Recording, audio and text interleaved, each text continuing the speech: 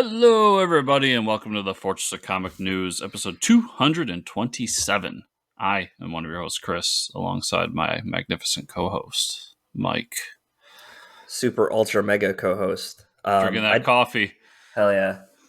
Are you drinking a downer? What is that? A Mike's Hard Lemonade? This is a Mike's Hard strawberry lemonade. I'm feeling fancy today. Yeah, that's healthy. It's got fruit in it. It's true. Yeah. And it's a liquid, so if I'm sick, I can get my liquids in. Yeah, there you go. What was the movie? Osmosis Jones. Osmosis Jones. I'll never forget the line where Bill Murray's like sick and he's drinking a beer. He's like, it's wet. It's got water. Beer's a liquid, right? Yeah. I love that movie. Yeah, so hopefully everybody had a nice, safe weekend and maybe picked up some free comic books. I was very fortunate to be in Rhode Island doing a little traveling, and I stopped by a really cool shop. It's called the Time Capsule. Gonna give him a quick shout out because the owner is very friendly. Remember the town in Rhode Island? Yeah, Warwick. Actually, it's technically not Warwick. It's Cranston, like Bryan Cranston, Rhode Island, near Warwick. I mean, to be fair, it's Rhode Island, so I mean, yeah, it's like two cities and a goat. Yeah, everything is like 15 minutes from each other. It's called the Time Capsule. The owner is a really cool dude. He also was wearing a Godzilla shirt, so that's always a good thing. Always fun to see Aftershock comics on the comic book shelf. But the cool thing about them is they have like separate areas of the store. One's for vinyl records, if you're into vinyl records, and they do toys and video games, like vintage video games. Really cool place. And the fact that they were giving out free comics too is always awesome. So shout out to them, Time Capsule. Check them out. They might even have a couple spots, I think, in Rhode Island. You know about my distaste for vinyl records, right? No. What's up with that? What, are you such a hipster that you just don't like them? I like a lot of things in life. Mm-hmm. I have no problem with vinyl records themselves. Okay. I have a problem with the people who buy vinyl records. Because people that buy vinyl records and then tell me like it's the best way to like it's the most clear and crisp way to listen to it. I want to punch them in the nose because they're wrong. If I want to hear scratchy noises, I can do it myself. If you enjoy that, that's fine. But do not tell me a lie like it is the best way to listen to music because it is not. It's funny too. I don't want to get into it because I'm sure someone can explain the ins and outs of acoustic engineering and sound management, whatever. I don't care about that, but even people that aren't into vinyl records, I'll be talking to someone and they're just like, I don't collect vinyl records. I do hear it's the best way to listen to music. Like that's the one thing everybody says, like that's going to get you to do it. Like that's going to, I don't know. I've listened to a lot of vinyl records in my day. Like I was raised by biker hippies. Mm-hmm. I've listened to vinyl records and they just sound like garbage and I don't get it. And I will fight scientists on this, like fist fight scientists to tell them they're wrong, and I will stand my ground, like the anti-vax crowd of the world. I will stand my ground. I didn't want to go there, but I was going to say there's a lot of people fighting scientists. I think we have enough people fighting scientists today, Chris. They don't need to. They don't need you out there like, oh, are you here for the anti-vax rally? No, I'm pissed about the records. Fuck vinyl records. Fuck vinyl records. Like, dude, that protest is next week. That's that's my new thing now. I'm gonna go to anti-vax. I'm gonna go to anti-science rallies. Yeah, out there, and I'm just gonna have you just see me in the background with a sign that says "fuck vinyl records." Everyone's like, "Why is Chris here?" What? Like he's vaccinated. Yeah. Like he seems like a pretty cool dude, but like. He's just in the background, like, no, like I'm taking a stand on this one, guys. Just go bring your sign outside the record archive. And honestly, it'd probably drum up more business for the record. Have you ever been to the record archive in Rochester, New York? Yes. It's really cool. It's really cool. But anyway, what I do like about vinyl records, because there's a couple I've thought about buying. I'm actually thinking about buying one right now. Is just the idea, like, to put them on a wall, like that big fucking logo and everything. And you saw they did a soundtrack for Dark Knight's Death Metal. I did see that, yeah. Which Rochester local Mastodon is on that record. Mm-hmm. And Greg Capullo did an original piece for it, and it's Yeah. fucking Batman with his guitar looking all wacky and Right, shit. right. And I'm like, that's awesome, and that would be cool on my wall. And that's so I know some people that collect vinyl records, they don't necessarily listen to them all the time, but that's the one thing they've said is they love the album art, and you can like either display it or you know, almost like comics, you keep them in a box and you can flip through them and pull them out, show them to people. The art it's a nice way to display the album art. So it is, yeah. Anyways, Time Capsule, check them out. Even if you aren't into vinyl records. Rant over. Yeah. But I actually have a fun little story from work. I don't know if I've told this on here. I'm not going to mention any names because I don't want people getting singled out and called out. Not that it's a bad thing, but I work with an individual who's related to a couple people. One of those people they're related to, I think it's brother sister. They're brother-in-law and sister, but they're married. One works at Blumhouse, and the other works at Netflix Animation. And I don't know if I've told you this. I think we have, but no, go ahead. Oh, okay. But I was just like chatting with him the other day, and like we were just talking about stuff and like some of the movies that his family's worked on, and like his family member used to run like Mike Myers' company and like produced all of the Austin Powers movies, and we just like went down this rabbit hole of shit. And I'm like, this like all the best pop culture stuff I've watched. I'm like, this guy's been involved with it, and it was awesome. And it was just cool to talk about like all the horror movies because Blumhouse does all the awesome horror movies. So talking about like Halloween Kills, the new one coming out and stuff. It's nice, but you know, the Netflix animation thing, I brought it up. I was like, listen, you need to get the message through that I want Kevin Smith on the podcast. And I thought Master of the Universe Revelations was awesome. So you need to get him on the show. And so hopefully the ripple effect will happen and maybe it'll get to him, but I doubt it. I tried. That's been a life goal of mine for a while now. I want to do a quick shout out to a former guest and friend of the show, Nick OG. So wait, you weren't unwrapping a candy bar during that? No. I thought, it sounded like Did everybody hear that? I was trying to unwrap this shit so I could show it. I thought it was a candy bar. I got stuff from his Kickstarters the other day. He's been having trouble getting stuff out to people because he's in Canada. Okay. The land of savages. Yep. And trying to get it into the freedom-loving America that we live in is tough. Yeah. But we love our freedom. But I got his books yesterday or the day before, and like so we had him for Death Row Sorcerer on the show, if you remember that book. But then his Lovecraft books as well. Awesome. And he sent me like that and this really sweet poster for Death Row Sorcerer. Cool. A bunch of stuff. So his Kickstarters, he was having issues because of COVID and how the world was. But I'll say that once they get to you, it was well worth the wait. Awesome. I can't wait to sit down and read them. Awesome. Yeah. Did you pick up any free comics this weekend? No. As we talked about off air, our shop wasn't doing anything because of how Diamond handled Free Comic Book Day this year. I won't get into that, but right.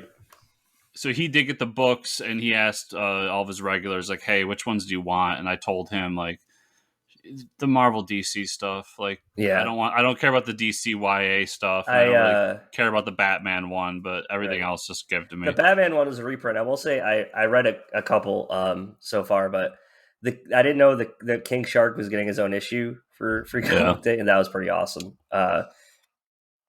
And just some other stuff that they released.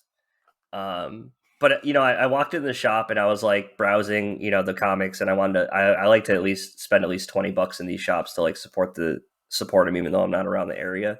Mm-hmm. And he was like, if you guys are here for free comics, they're on the wall behind me. And I was kind of like, oh, cool. Yeah. Like I didn't know, because I didn't want to be the guy that's just in there to take the free comics and leave. But I did buy some stuff, but I was like,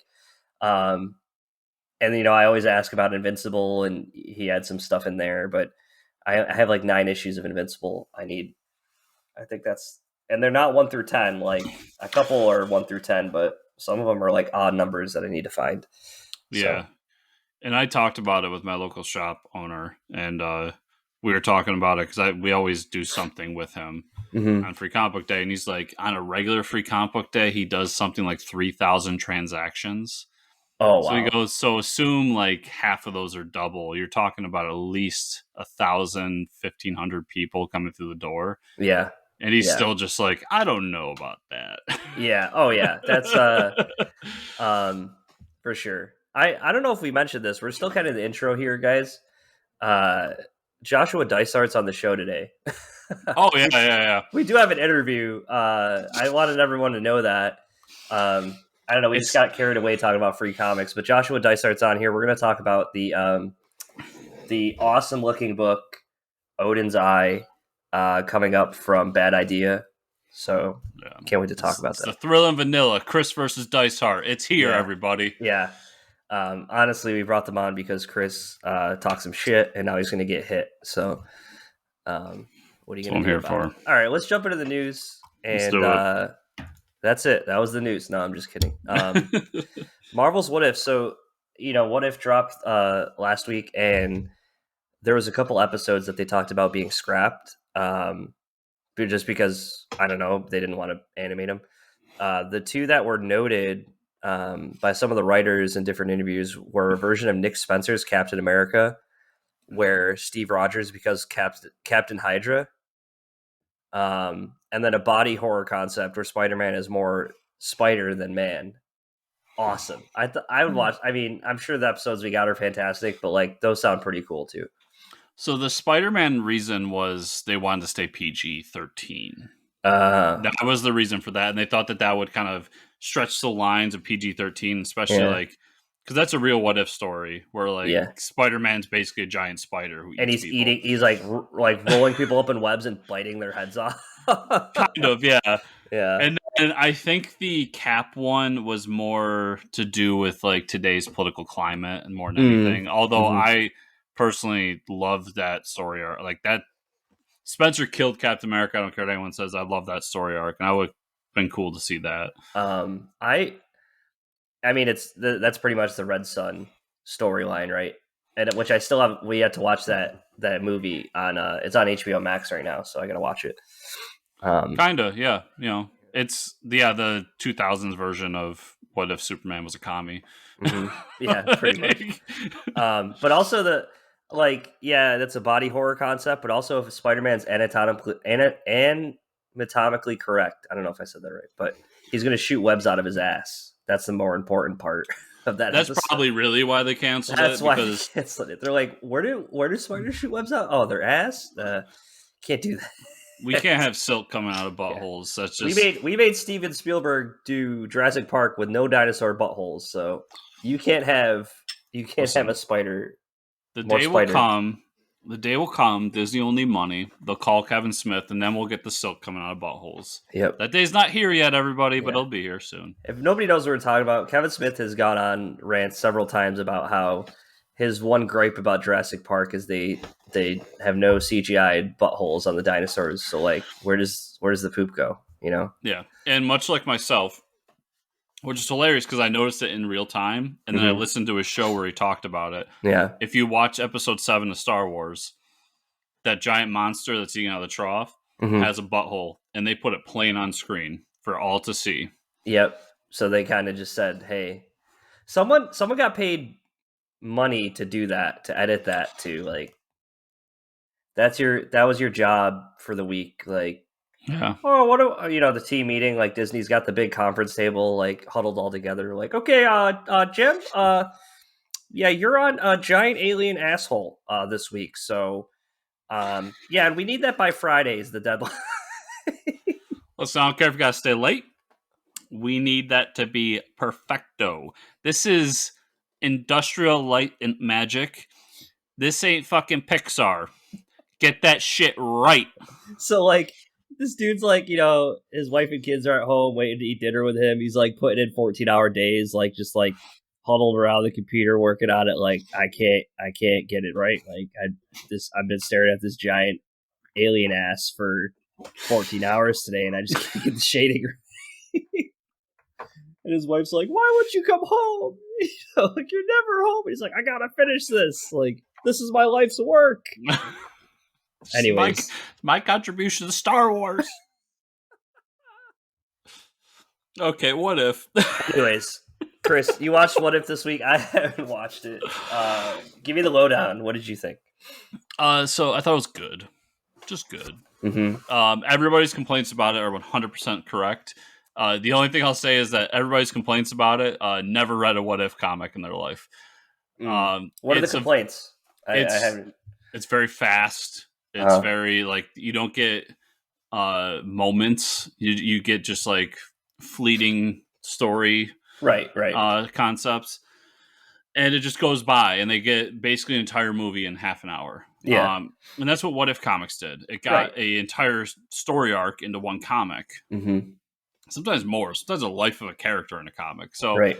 I liked it for what it was, because this one was what if Peggy Carter became Captain America, essentially.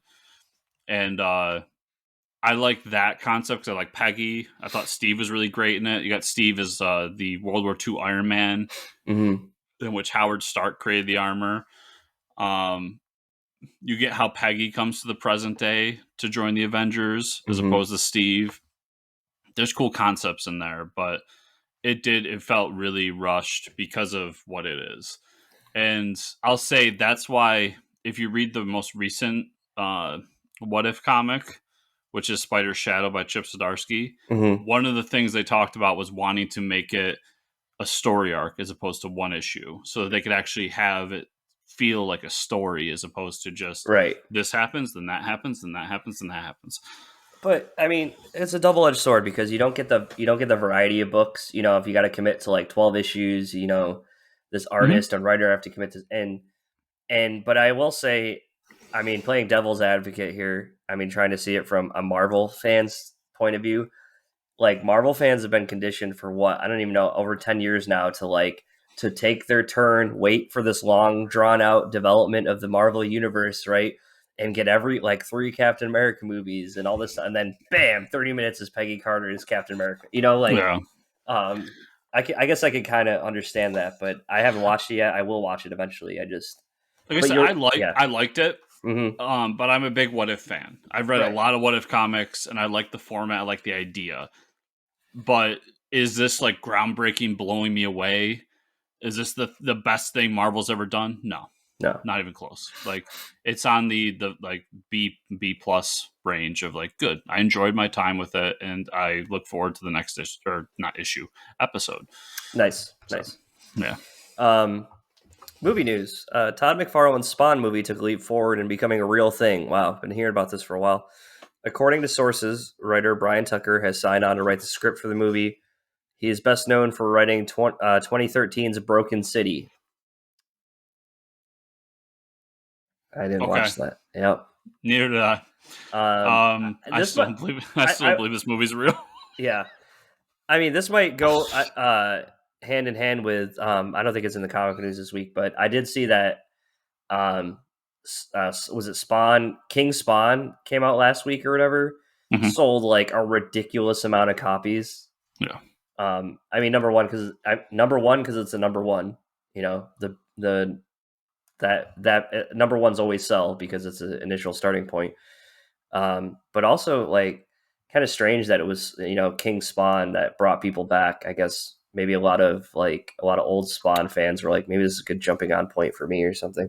Well, if you follow it too, Spawn Universe sold a shitload of copies. That's true, yeah. And so did, I forget what the other one was called, but they're basically kind of doing a soft reboot of Spawn. Yeah. Where it's a way for people to jump back on. Because you and I read them, and we've never read a Spawn book, so. Yeah, and I think that's it right there. Like, there's a lot of excitement about who's joining on to these Spawn books and who's a part of the storytelling and all this more than like, holy shit, Spawn, yeah. Like, yeah. But this movie, like, when it comes out, the 90s one I remember liking, but I was also a kid when it came out. Right. I haven't watched it since, so I guess we'll see. All right, so let's see this interview that we have. Let's jump to the interview with Joshua Dysart, and we'll see everybody on the other side. Welcome back to the other side. So I want everybody to know how much of an idiot I am. I wrote down timestamps for myself to edit later. Mm-hmm. So we stopped at 19 minutes and 48 seconds. Mm-hmm. So in my head, I'm like, okay, I want a nice even number to edit on. So I'm going to stop at 19 minutes and 60 seconds. That's also known as 20 minutes, Chris. Yeah, it is a whole number that way as well. Hey, so if you're ever like mad at me for being stupid, know that I am. Damn, dude. Wow, numbers are hard though. I'll give you that. Numbers aren't easy. Listen, I was in advanced placement math. I have no excuses. There you go. I've drank a few of these today, so I'm a little It's all right. saucy today. Yeah, it's all right. Get that sauce. A little extra sauce.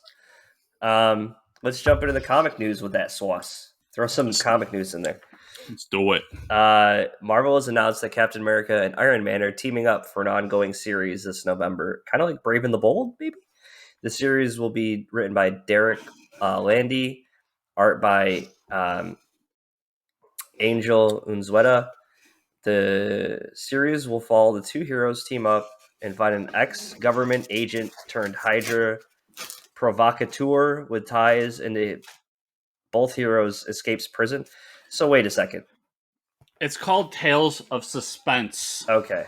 Tales of Suspense. Not Brave and the Bold. Get your DC trash out of here. Yeah, I'm just saying. This is Brave and the Bold. It is Tales of Suspense, but so these guys, so they have to, I don't know. So somebody who used to work for the government, so that's how they know Steve. Uh-huh. And it's a woman, and she's probably attractive, and that's how they know Iron Man. Okay. And I don't know. I made that part up. You're right. It's probably right. They decided, hey, the Nazis have it right. I'm going to go fight for them. Mm-hmm. And then they go to jail because they were wrong. And then they're getting out of jail. And Steve and Iron Man are like, hey, let's team up to fight this person. And then they go back to Hydra and realize there's more to it. Yep. I'm looking forward to it. I mean, it's Captain America. Right. Derek Landry did the most recent Winter Soldier Falcon book when the show was supposed to come out. Mm-hmm. And I really like that. So I think he's got a decent writing style. And I like the idea of these two teaming up. Tales of Suspense is where it all started for a lot of Cap fans. And it'll be cool to see them on the same page again. Yeah. Awesome. This one's pretty cool. Big fans of Jeff Lemire. He's teaming up with artist Dustin Nugent. Again, the two have been working on Descender and Ascender, those two series. They're teaming up for a 3-issue series called Robin and Batman. It's a year one style story about the beginnings of Bruce Wayne and Dick Grayson's time fighting crime together. I'll be checking this out. I'm not a huge Robin fan, but 3 issues, Jeff Lemire. I mean, what could go wrong? I'm a little torn. I love Jeff Lemire. Yeah. But it's almost a joke at this point, but like not a big fan of origin stories. And really don't care about Robin. Yeah. Like the origin of them two fighting together, like. Yeah, like I like Damian because he's kind of a dick. Like he's the George Costanza of the DC universe. Yeah. But other than that, like I don't care about Robin. Right.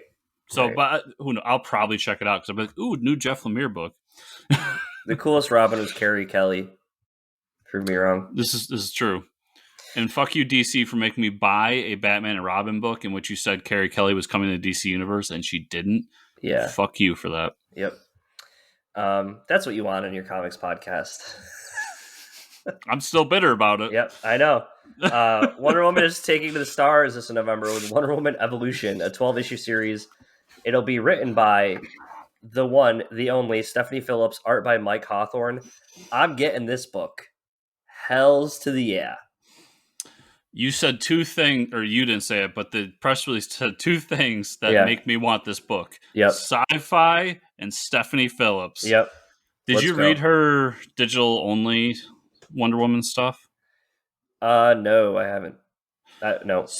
Go check that out. She has a really good grasp on Wonder Woman. Mm-hmm. So that gets me more excited that I just know she's really good with that character. Yeah. She's just great at everything she writes. Good job, Stephanie.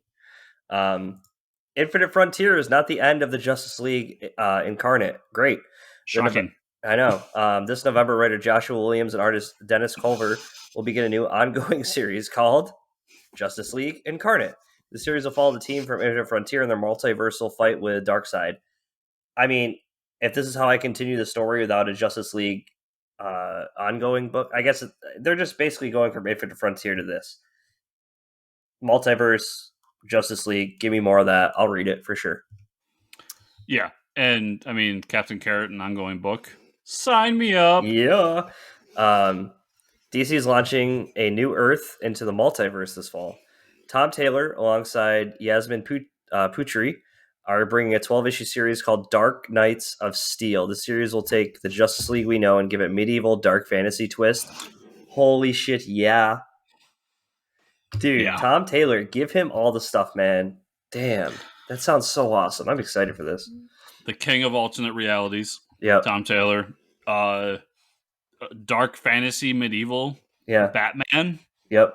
Yeah, I'm buying it. That sounds awesome. And the joke from earlier, he's going to tell new origin stories of these characters in this fantasy world, which passes my sniff test of necessary origin stories to tell. Yeah, that's true. But that also got me a little excited. Unless he just goes like, Batman was a prince and the king and queen died. Right. Then I'm going to be like, okay, you were lazy about it. But if it's something cool where he's like, he pulls the sword out of the stone, now he's Batman. Like, I don't know. Yeah. So, you know, so there's some cool stuff we can do here that I think will be awesome. Maybe he like doesn't pull the sword out of the stone and then like falls down a ravine into a cave and there's bats. Maybe he goes to a cave to fight a dragon. Oh. Instead of a dragon, it's a giant bat. Oh, shit. Stabs it in the dick, and now he's Batman. There you go. Or Dragon Man. DC, I'm hired. Like, I need a job. Yeah, give him I'm one. just saying. DC has announced a new series called Robins from writer Tim Seeley and artist Baldemar Rivas.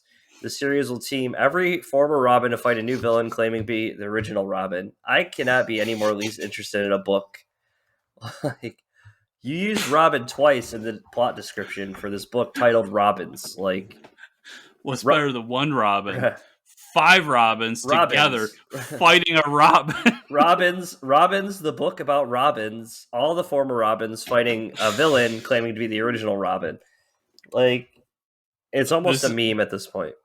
This is going to have to be the next Watchmen to get me to fucking read it. Yeah. Yeah, this is not happening. I'm sorry, Tim Seeley, no disrespect, but... Yeah, you're a good dude. Collect your money. I'm glad you're getting your check. Get that paycheck.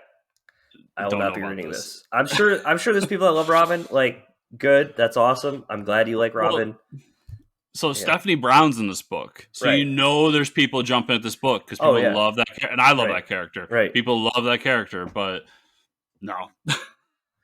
Recent interview, Mark Waid said he's returning to DC Comics for a new project. Although Waid has written a few short stories over the years, it's going to be his first regular work at DC since 2008. Ooh. What could it be? I mean, like, I know fanboys are excited. Yeah. And it's excitable. Like, Mark Waid's a great writer. Right. But let me know what it is first, because if it's like Mark Waid's, I don't want to say taking over Batman because people will get excited about that, but like Mark Waid's taking over, I don't know, Z-list character that isn't funny or cool. Yeah. I'm going to be like, okay, cool. But if it's like Mark Waid's returning to the Flash, I'm going to be like, okay, you got my attention. Yeah, right. Like, I'll read that. That would be awesome for sure. I think it's going to be some miniseries or something that he's doing, 12 issues. Yeah. Batman Mythos is changing after November. DC has announced that after the Fear State event this fall, Batman is leaving Gotham and letting the Bat family take over crime fighting for the city. It also coincides with the news James Tynion IV is, I think it's not Tynion, it's I've heard both ways. Either way. I keep saying Tynion until James comes on this show and tells me otherwise. Right. He's leaving DC Comics after the storylines are done. Batman 117 being his last Batman, Joker number 14 being his last Joker issue, and finishing out Nice House on the Lake. Yeah, so basically this says they don't have a Batman writer yet. They haven't announced a new Batman writer.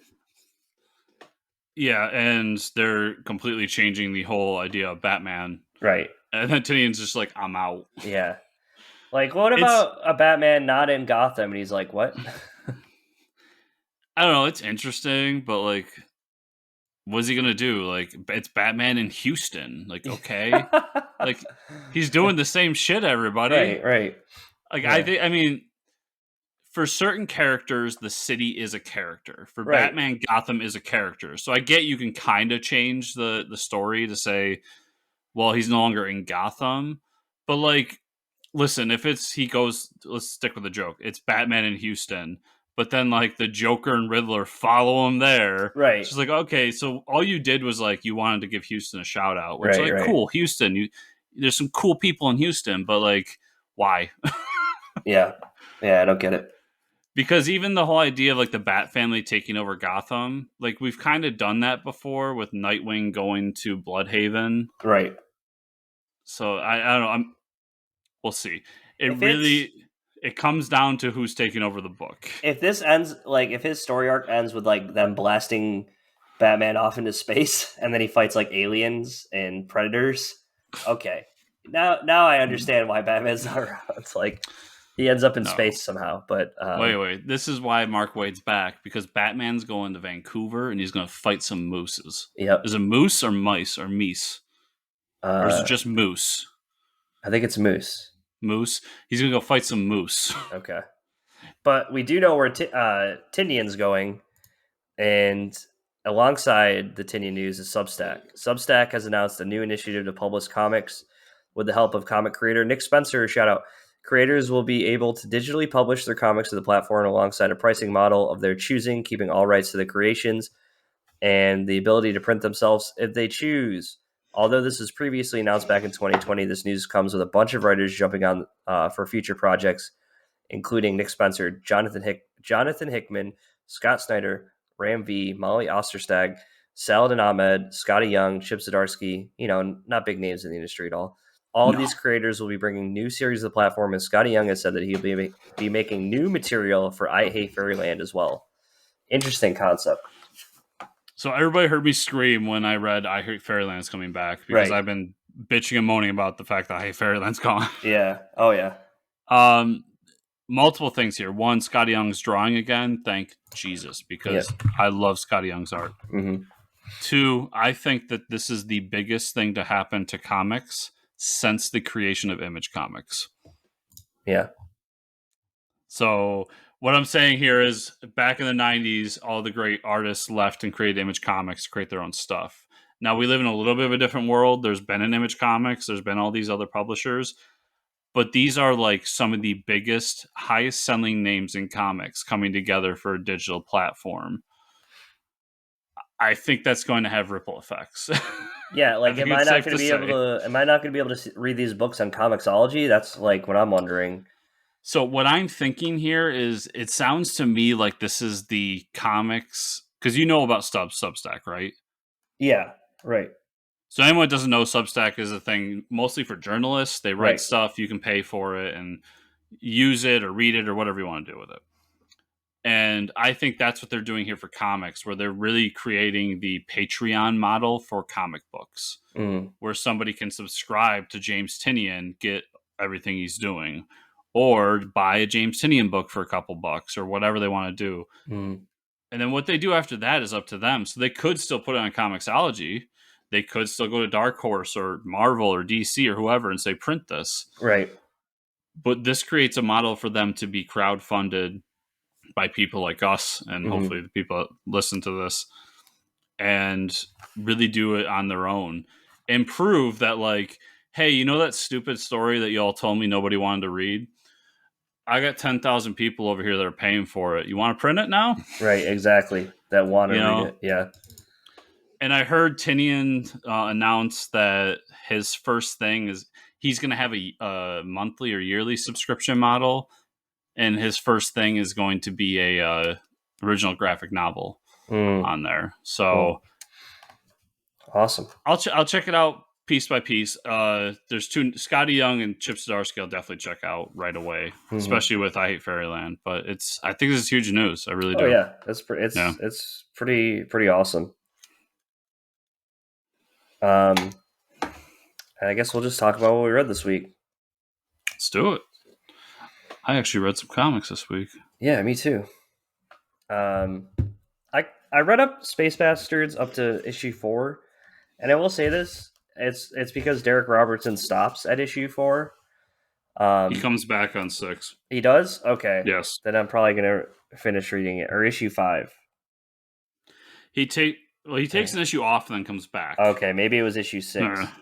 But it's still a great story. A lot of awesome, crazy characters. More importantly, Jim Zub did Avengers Tech on Avengers. Did you read that? I did not.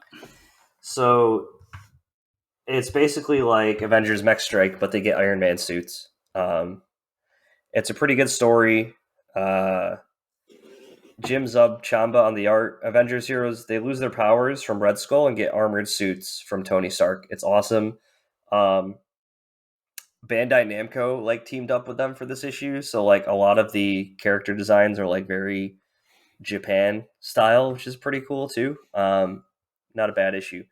Masters of the Universe Revelations #2. Kevin Smith, Rob David, and Tim Sheridan. We get the Chris's favorite origin story of Skeletor, where he came from, and it also gives us a little insight of Eva Lynn and how she's not completely, all for Skeletor. Like she's got her own motives. Standstill #1, Justin Gray, Jimmy Braxton. We had Justin on the show last week. It's a horror book about the population just stopping, like he talked about. Main character is trying to keep his girlfriend alive because he is a paramedic. Interesting story concept. You're dealing with a post-apocalyptic style city like I Am Legend. Pretty cool. I read quite a few comics. Lost Falls #1. This is Kurt Pyers, Antonio Fuso. This is a Comixology original, so if you have Comixology, read it. The atmosphere is like Twin Peaks style, and basically a creepy town.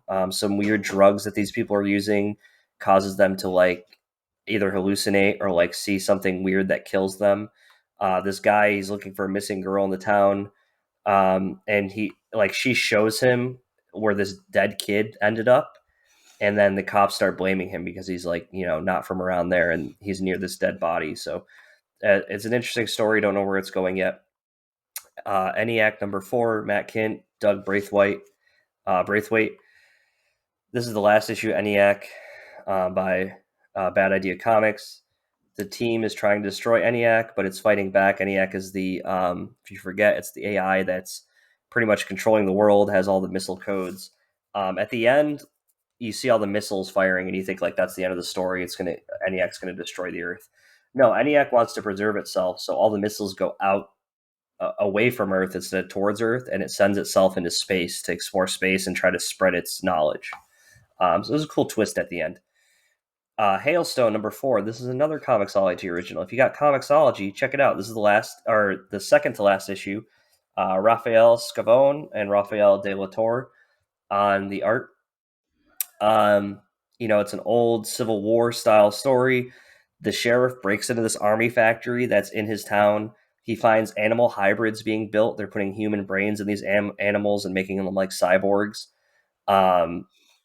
Took a crazy twist in this issue. They're going to take the sheriff's brain because they capture him, and then the latest creation, which is like a buffalo cyborg hybrid, breaks loose in the factory, and they have to like get out of there. I need to read this book. Yeah, you do. It's awesome. Swamp Thing #6, Ram V, Mike Perkins. Peacemaker takes a team to capture the Swamp Thing, but guess what? They can't because he's fighting back.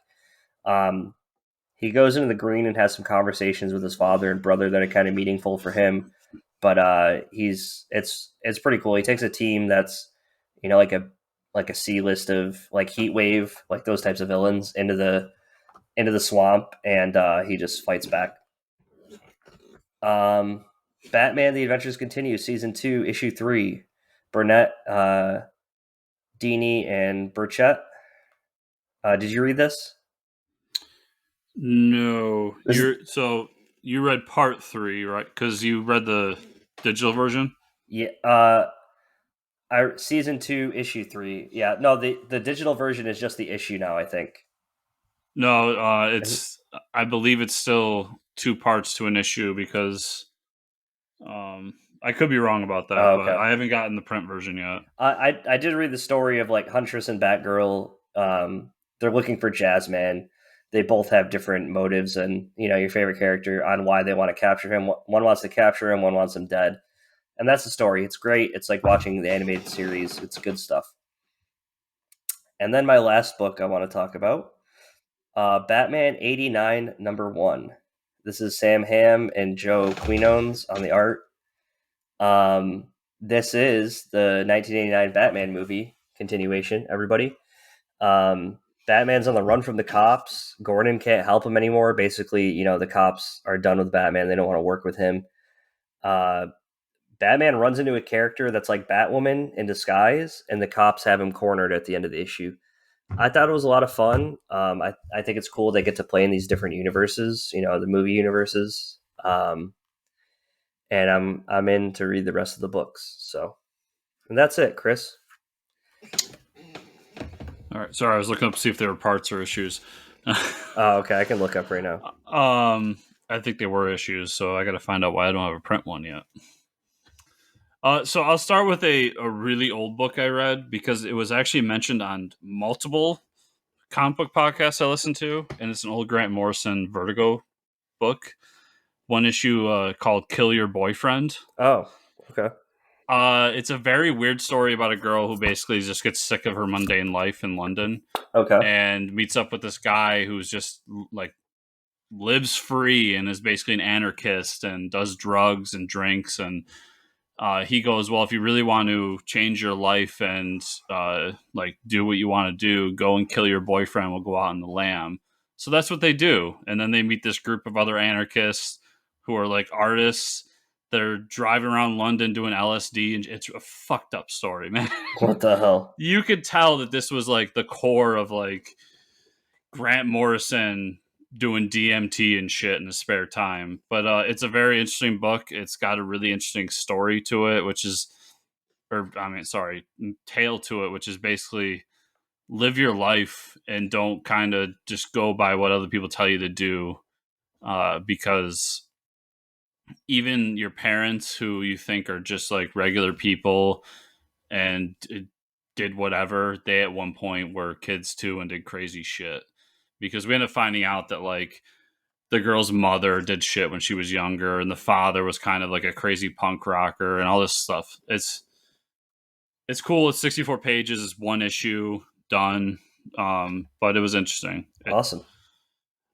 Defenders #1. I was really looking forward to this one. First of all, the art on this book was phenomenal, and I don't have it in front of me, but the artist who did all the paneling throughout it is some of the best. Like it reminds me of remember when Scott Snyder was doing Swamp Thing? Yeah. And how the artist had the paneling go into Yanni. Yep. Yeah. So it was kind of like that, where the artist would take things like the smoke coming off of coffee and tell stories off of that, and like do all this cool weird shit. But basically it's just a story of the Masquerader comes, sees Stephen Strange, they duke it out, and then realize, hey, we're not enemies, and they have to form a team. And that's kind of the book. And then we get to the end where we realize that they're on this planet and they have to fight a version of Galactus that I'm not familiar with. So I read it this morning, so I got to look up who it is. But it was very interesting, very fun, and the art was phenomenal. Ordinary Gods #2. I talked about the first issue. This is just expanding on all of that. Like, we're kind of getting into the nitty gritty of this kid figuring out who he is and where he fits into the cosmos and all of this, and then kind of realizing who he is in terms of the god that he is. Okay. I really love this book so far. I think Kyle Higgins is another hit on his hands. Nice. If they keep it up. Sinister War #2. Spidey fights a bunch of Sinister Sixes, and it's a lot of fun. I mean, it's a punchy superhero book. X-Men #2 continues what X-Men #1 did, which was tell a one and done superhero story, which I'm liking about it. It's not trying to go out of its way to be something bigger than it is. Okay. But still kind of fitting into the overall X-verse right now. And the spotlight of this issue is Sunfire, kind of telling who he is and why he is where he is at this point. Avengers number 47. We get Cap and Iron Man trying to infiltrate the Red Room, where the Vanguard is holding She-Hulk. And they're fucking with her mind, trying to do stuff. And basically what ends up happening is the Avengers don't succeed in their mission. And we get on the last page, spoilers, everybody. It's been on every comic website for the past 2 weeks. We get She-Hulk turning into Winter Hulk. Oh, damn. So we now have like a Black Widow-esque version of She-Hulk. That's awesome. Really fucked up. Daredevil number 33.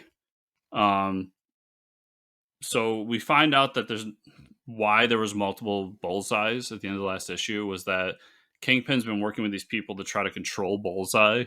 And what their solution was to clone him so that they could clone the memories into his brain so they can control him. Mm-hmm. Which, always ends well. Oh, yeah, of course. So now there's 3 Bullseyes. And Elektra can't fight him. So she actually ends up going down and trying to signal for the Avengers. And Spidey and Iron Man show up and save her. Bullseyes get away, and then she's kind of in a room with Tony, trying to explain what's going on and everything. And she tells him, like, I need your help. I need you to build me a suit, a Daredevil suit that can fight Bullseye. And that's kind of how the issue ends. That's awesome. And then the one I'm surprised you didn't read was Infinite Frontier number 4. Oh, I did read that. Sorry. Yes, I did. Yeah, that was on my list here. The bulk of this one for me was the story about President Superman and Thomas on his Earth. Yep. Figuring out that Lex Luthor created that ship that they're dealing with. Yeah. And that there's a spy amongst the ranks, which I feel like was obvious because I'm not familiar with Machine Head, and he was the only character in this whole thing I wasn't familiar with. So for him to be like the one that turns against him seems kind of obvious in hindsight.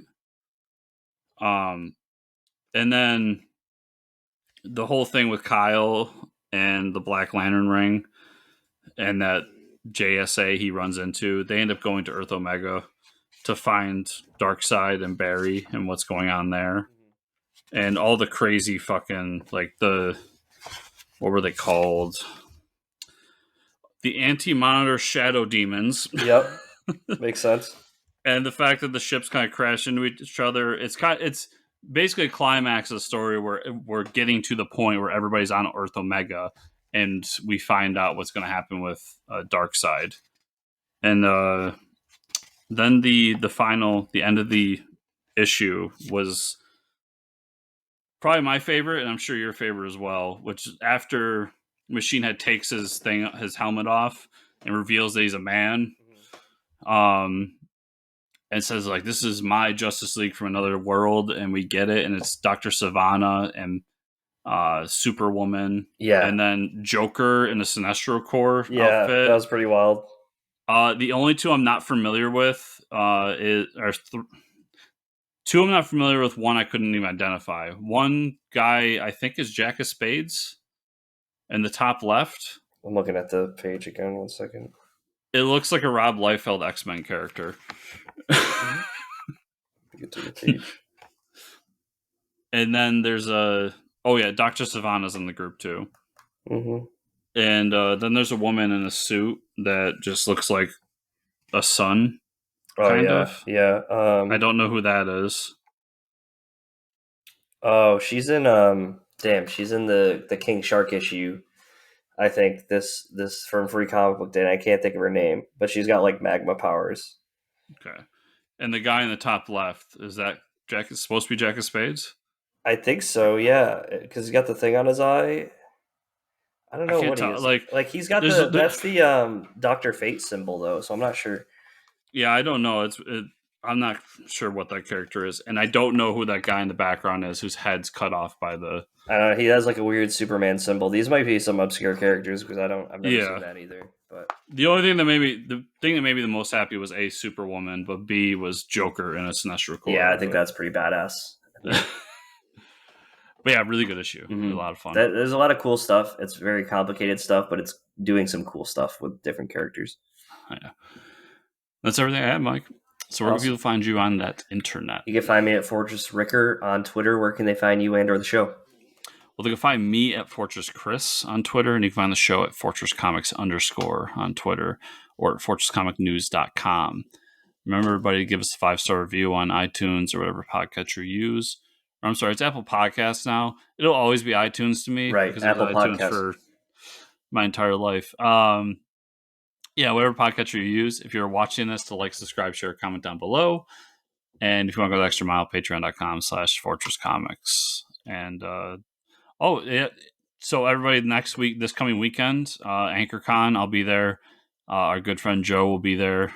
So you can come by, buy some comics, say hi, whatever you want to do.